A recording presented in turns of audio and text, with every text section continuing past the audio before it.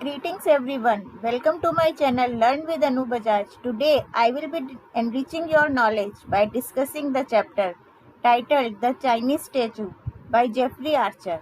Let's get started. The Chinese statue, as the name suggests, revolves around a Chinese statue and is set at two different locations and two different time periods. Interestingly, it is a delightful story about what happened to a small statue of Ming origin, how this masterpiece of art traveled a long way and registered its presence to become a part of legacy. The Chinese statue was gifted to Sir Alexander Heathcote, a British diplomat serving in China. His term was for 3 years, so he thought that without wasting time, he should travel the country. His final stint was to represent the government in China. He was ardent admirer of the art of Ming dynasty. He would often travel on the horseback into the outlying district to learn more about the country and its people. On one such journey, he had an opportunity to visit a small workshop where he was spellbound to see the marvel of beautifully crafted ivory and jade pieces. He was so impressed with the art work of the craftsman that he started praising him at a length and could not stop himself to tell the craftsman that he wished to have Ming statue, which was little more than 6 inches, with him. The craftsman came to know that minister wanted this statue, though he was sad to part from it, but he insisted minister to take it as a token of love and reverence. But the base was missing from the statue. The minister was so much in awe of the statue that he did not mind it.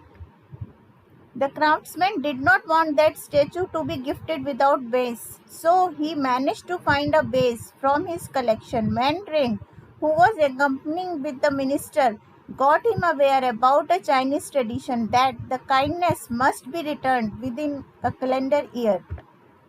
When Alexander reached home, he found true worth of statue and decided that he will make a bungalow on hillside for the craftsman with his 3 years' salary.